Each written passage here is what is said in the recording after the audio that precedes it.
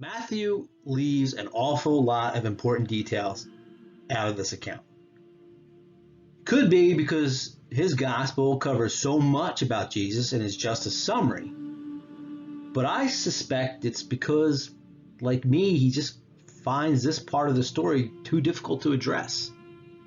I'm saying it when my only real encounter is watching it on film or reading about it. But imagine what it was like for Matthew, who had been a government official for the Romans and likely witnessed numerous scourgings and crucifixions.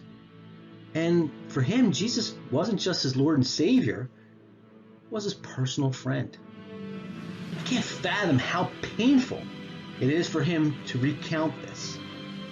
It is no wonder that we need to read the second-hand accounts from Mark and Luke to get more details.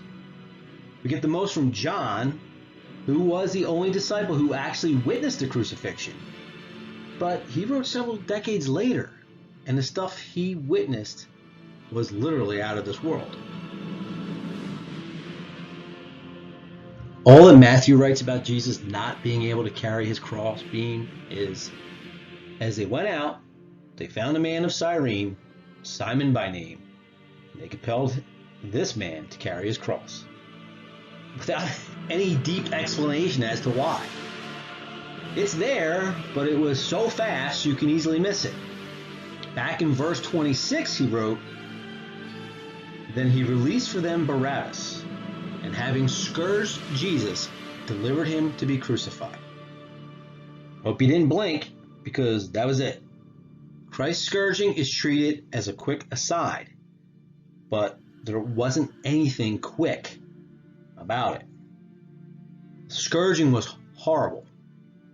It often resulted in death in itself. And judging by the attitude of the soldiers who resented and mocked Jesus, it is clearly the reason that Jesus was unable to hold the weight of the cross on his back. And if an autopsy were done, I'd say if it wasn't the actual cause of death, it certainly accounts for why his death on the cross was so fast. Often, it would take days for someone to die on the cross, but Jesus dies in mere hours. Gotta remember, he hasn't slept since Wednesday night. On Thursday evening, he had the Last Supper and then prayed in Gethsemane. It was such a stressful night that he sweat blood. And rather than recuperating and re-energizing from that, he was tried and passed around between Pilate, Herod, and Pilate again for additional trials, which included a brutal scourging and a couple beatings. It is amazing that he was able to even walk to his place of execution, let alone carry anything.